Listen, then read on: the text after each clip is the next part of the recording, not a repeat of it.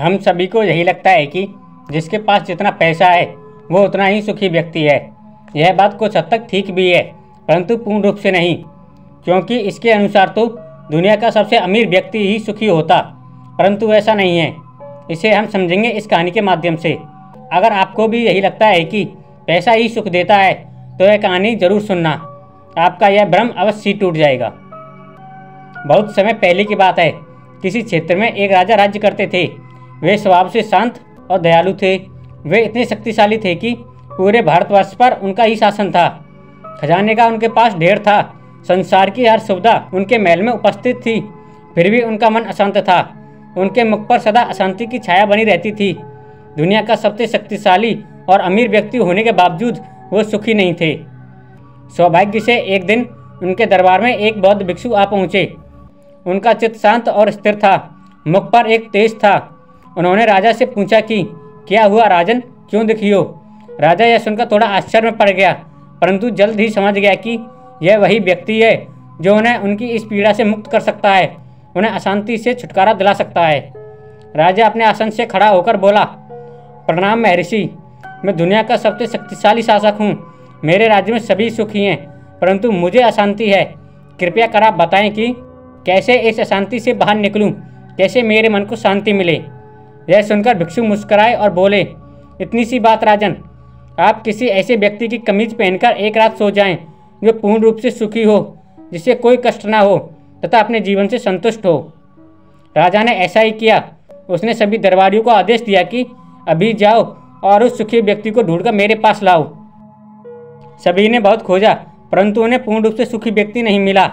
किसी ने बताया कि इस राज्य में किसान बहुत अधिक सुखी हैं, तो आप किसानों के पास जाएं। सैनिक किसानों के पास गए और पूछा कि क्या तुम पूर्ण रूप से सुखी हो? तो किसानों ने कहा, हाँ वैसे तो मैं सुखी हूँ, परंतु अभी कुछ कार्य बाकी हैं जिनके पूर्ण होते ही मैं सदा के लिए पूर्ण रूप से सुखी हो जाऊँगा और तभी आकर मैं राजा से मिल पाऊँगा। इतना सुनकर सैनिक वहाँ से चले गए। वो आगे एक सेठ के पास गए तथा वहाँ जाकर उनसे वही प्रश्न किया। तब सेठ बोला, वैसे तो मुझे कोई कष्ट नहीं है, परंतु कुछ दिनों से मेरा धंधा मंदा चल रहा है तथा कुछ लोगों ने मेरा पैसा अभी तक वापस ही नहीं दिया। अगर ये काम हो जाए तो मैं संसार का सबसे सुखी व्यक्ति बन जाऊंगा। तब मैं स्वयं आकर ही राजा को अपनी कमीज दे दूंगा। यह सुनकर सैनिक वहाँ से भी चले गए। अब मंत्रियों और सैनिकों को आशा नहीं थी कि उन्हें अब ऐसा भी कोई व्यक्ति मिलेगा जो उनसे खुद कहेगा कि मैं सुखी हूँ, मुझे कोई कष्ट नहीं है।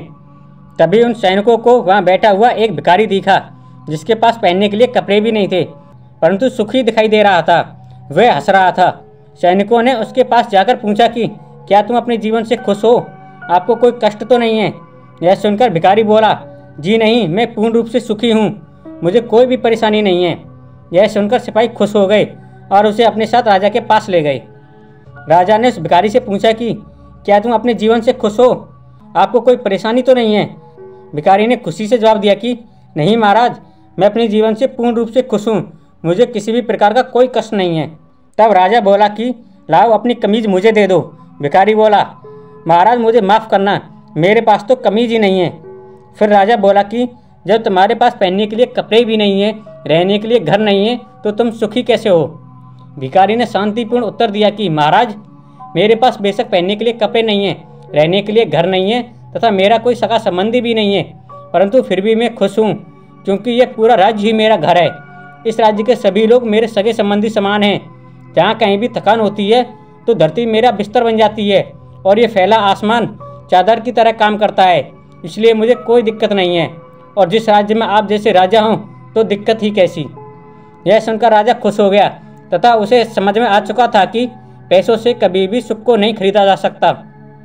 जिसका मन संतुष्ट है वो खुश है, और जिसके पास दुनिया की पूरी दौलत होते हुए भी मन असंतुष्ट है तो कभी भी खुश नहीं रह सकता।